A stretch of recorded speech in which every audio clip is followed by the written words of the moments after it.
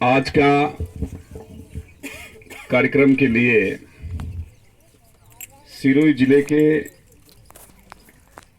समस्त गुमंतु जातियां, एससी और एसटी जितनी भी दलित वर्ग की जो हमारी बस्तियां हैं, आज आपने किशनगंज के अंदर एक राज्य स्तरीय हमारा जो दौरा चल रहा है गुमंतु अधिकार आंदोलन का, और इस आंदोलन के लिए आप लोगों ने इतना अच्छा टेंट लगाया और आपने सहयोग किया और हमारा ढोल गाजे बाजू से आप यहाँ तक लेके आए और आप लोगों ने हमारा स्वागत किया। उनके लिए मैं आपको बहुत तहे दिल से आपका बहुत स्वागत करता हूँ, बहुत आभार प्रकट करता हूँ।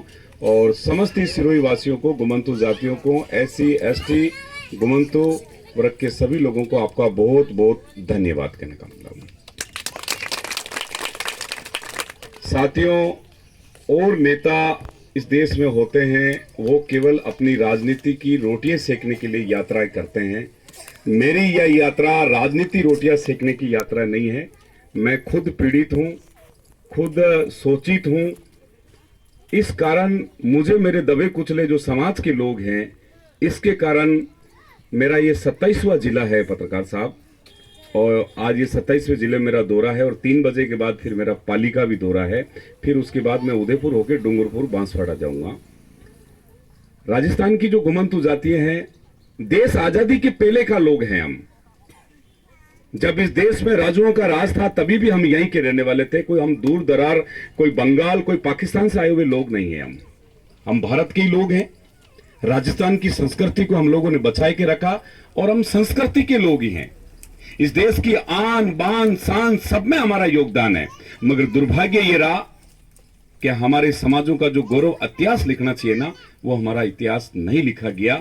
इस कारण आज भी हम लोग दरे दरे की ठोकरें खा रहे। जब राजुओं का राज था तभी भी हमारे पे शोषण होता था। जब इस देश में ब्रिटिश हुकूमत ने भी जब इस देश में कब्जा किया ना, तभी भी हमारे पे बहुत बड़ा शोषण हुआ। और वो शोषण क्या हुआ कि जब राजुओं को हटा के ब्रिटेन हुकूमत ने इस देश में जब कब्जा कर लिया था, तो हमारे जो लोग थे वो उन अंग्रेजों के घरों तक काम काज के लिए, सब चीजों के लिए हमारे लोग जब जाते थे, वो जब अंग्रेज प्लानिंग जब करते थे, तो हमारी बहू, हमारी बेटियां, हमारे नौजवान भाई वो आंखें इन राजाओं को बताते थे कि आज अंग्रेज जो प्लानिंग कर रहे हैं कि फलागढ़ और फला किले पे कल अटैक करेंगे, आप राजुओं सावधान हो जाना।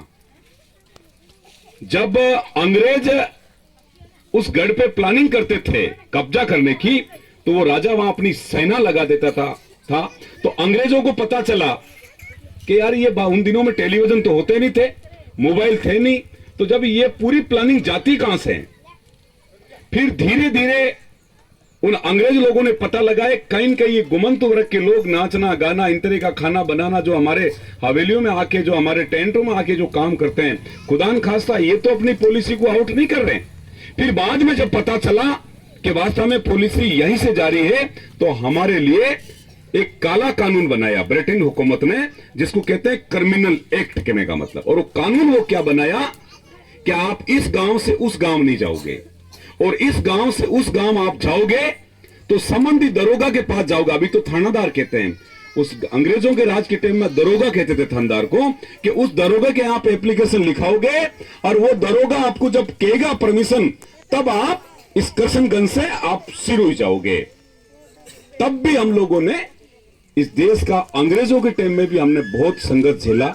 और जब अब लोकतंत्र हुआ, जो अपने भारत के राष्ट्रपिता महात्मा गांधी जी, सुभाष चंद्र बोस, कई क्रांतिकारी इस देश में नेता हुए, सरदार वल्लभ भाई पटेल और प्रथम प्रधानमंत्री जवाहरलाल नेहरू, बाबा साहब भीमराव अंबेडकर, कई ऐसे नेता हुए उन लोगों ने। मगर इस देश के अंदर जब लोकतंत्र हुआ, तो लोकतंत्र के अंदर भी आज भी हमारे लोग हैं, उनकी आवाज को दबाया जाता है और उनकी आवाज को आज भी निकालने नहीं देते। मुझे इस बात का पता है, बहुत खेद है। कुछ दिन पहले मैंने आपकी अखबार की खबर पढ़ी, और मैं आज से नहीं 1.5 साल पहले भी मैं यहाँ रथ यात्रा लेकर आया था। माननीय राजस्थान की लोकप्रिय मुख्यमंत्री जननायक मोदी की 10 साल की जो उपलब्धि थी, उसको मैं भुनाने के लिए यहाँ जब मैं आया था, तब इन लोगों ने मेरा बहुत स्वागत किया, खाना लगाया, टेंट लगाया। मगर अभी कुछ दिन पहले जो खबर आई जिसमें यह लिखा कि 3 महीनों के अंदर हाईकोर्ट का ऑर्डर है कि इस बस्ती को खाली करवा दिया जाएगा। मुझे बहुत बड़ा दुख हुआ। मैंने उसी टाइम भाई देवनाथ जी से बात हुई, केशनाथ जी से बात हुई, हमीरा जी से मेरी बात हुई। हमीरा जी बहुत मजबूत आदमी है, पहले भी हमारे डीएनटी वर्ग से जुड़े हुए हैं। मगर मैं आप सब लोगों को यह कहना चाहता हूं, इन देश के जो लोग हैं, इन देश की जो पॉलिसी है, जो इन देश के गुंडे जो हम गरीबों पे जो शोषण कर रहे हैं, हमारे वोट से जो राज कर रहे हैं, वही लोग हमारे पे शोषण कर रहे हैं। और मैं आज कान खोल के उन सबको ये कहना चाहता हूं कि आपके दिमाग में कोई गलत फहमी हो तो निकाल देना।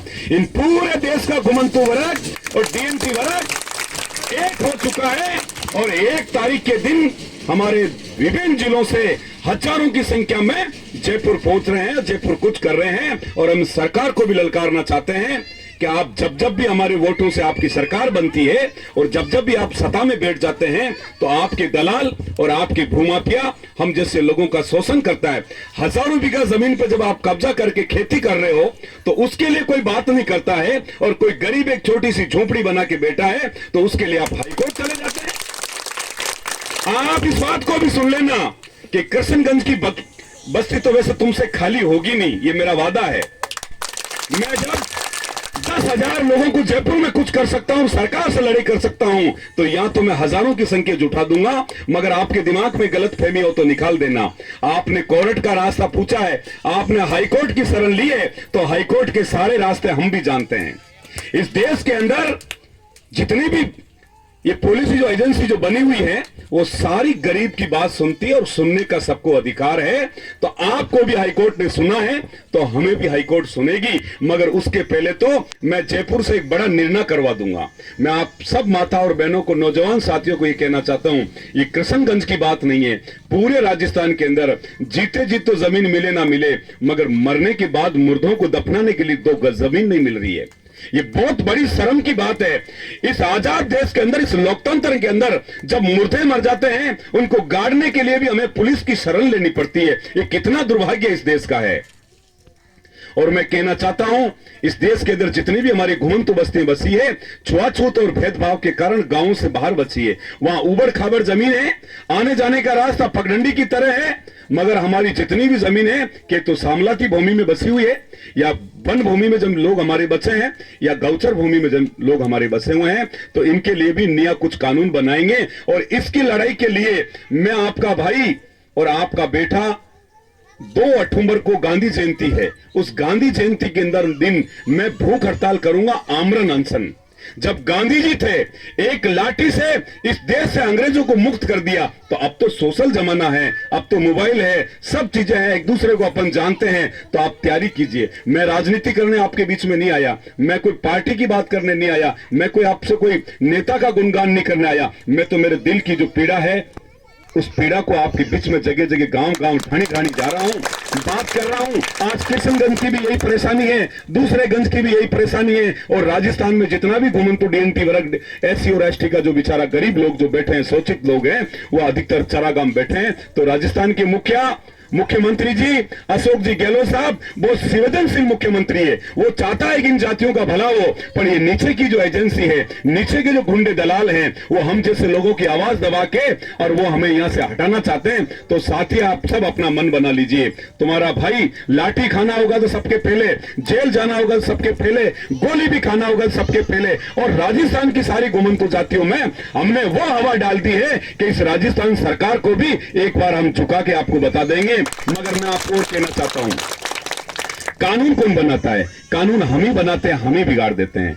कोई लोग कहते हैं कि आप चरागाम बैठे हैं, सुप्रीम कोर्ट का लॉ है। भाई सुप्रीम कोर्ट का लॉ तो है, पर इस बात का यही है, सरकार की भी ये ड्यूटी है कि 2 टाइम की रोटी, 2 टाइम के कपड़े और एक स्थायी छत होना, ये सरकार मूल व्यवस्था देने की जिम्मेदारी हमारी राजस्थान सरकार और केंद्र सरकार की होती है। तो इस कानून को हम भी समझते हैं। तो आप चिंता नहीं करें। आप लोगों ने हमें जो मान सम्मान दिया है, आप लोगों ने जो हमारा स्वागत किया है, उनके लिए मैं आपका बहुत बहुत धन्यवाद करना चाहता हूं। और आज मैं वादा करके जा रहा हूं कि आपकी तरफा कोई मशीन और जैसे भी आई ना, तो सबके पहले मेरे सिर के और मेरे वतन पे होके निकलेगी। आप किसी का घर नहीं पड़ेगा। मैं ऐसे ही कोई आपसे रेवड़ियां बांटने नहीं आया हूं, मुझे कोई चुनाव नहीं लड़ना है जो मैं बहुत बड़ी भाषण करने आया हूं। मेरी ताकत का पता तो आपको 2 तारीख के दिन पड़ जाएगा और इन सरकार को भी पता चलेगा और सबसे पहले समझौता होगा तो आपकी बस्ती के लिए मेरा पॉइंट होगा। जब तक राजस्थान की सारी बस्तियों को सरकार ये आदेश नहीं करते कि जहां बैठी वहीं उनको पट्टा दे दे, जब तक सारी घुमंतु बस्तियों को शमशान घाट के लिए जमीन नहीं दे दे और 5 बीघो जमीन प्रत्येक राशन कार्डधारी को जब तक आप आदेश नहीं करें, एक आधार कार्ड पे आप 1 लाख रुपए का फ्री आप बिना ब्याज का लोन नहीं दे दे, प्रत्येक जिले पे आप घुमंतु आवासीय हॉस्टल नहीं बनाए, प्रत्येक घुमंतु बस्ती में आपकी महाआंगनवाड़ी नहीं बने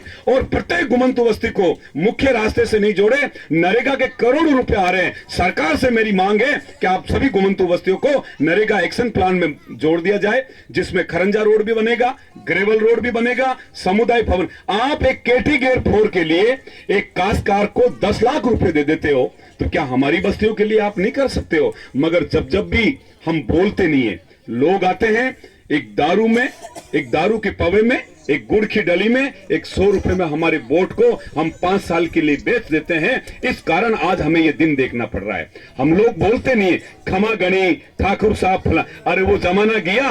बाबा साहब भीमराव अंबेडकर साहब जो थे, ये जितने भी राजा की पेट से, रानियों की पेट से जो बच्चे पैदा होते ना, तो बाबा साहब ने सबकी नसबंदी कर दी।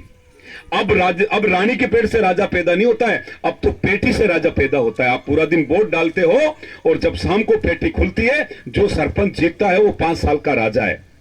तो मैं आपको बिल्कुल कहना चाह रहा हूं कि इस देश में 2 चीजें हो गई है, एक तो अनपढ़ समाज हो गया है, एक पढ़ा हुआ समाज हो गया है। तो आप सब लोगों को मेरा यह कहना है, भाई देवनाथ जी को, भाई कालूनाथ जी को, केशनाथ जी को, अमीराराम जी को, चंद्रनाथ जी को, आप सब भाई हीरागर जी को, सबको मेरा निवेदन है कि जिसकी लाठी उसकी भांस है, जिसके पीछे भीड़ है, तंत्र क्या लोकतंत्र भी झुक जाता है। तो आप सब लोगों को हिम्मत बनाए रखना। और मैं पत्रकार महोदय को संबोधित करते हुए निवेदन कर रहा हूं कि राजस्थान के विभिन्न जिलों से लोग आ रहे हैं, गाड़िया लुआर आ रहे हैं, बंजारा आ रहे हैं, बागरिया आ रहे हैं, नट आ रहे हैं, भांड आ रहे हैं, कई तरह की ऐसी जो जाति हैं जो अपने मूलभूत अधिकारों के लिए सरकार को अपनी पीड़ा बताने के लिए आ रही है और हम संवैधानिक तरीके से करेंगे। राष्ट्रपिता महात्मा गांधी की जयंती है, शहीद स्मारक पर मैं सुबह 10 बजे भूख हड़ताल पर बैठूंगा और जब तक आपकी पूरी माना नहीं मान लेता, चाहे मुझे मरना पड़ जाए, मगर मैं उनके साथ समझौता नहीं करूंगा। जिस दिन आपके लिए सरकार आदेश करेगी उस दिन मैं करूंगा। क्यों कि आजकल कोरोना बीमारी चल रही, खुदा न खास्ता कोरोना होता तो भी तो मर जाते।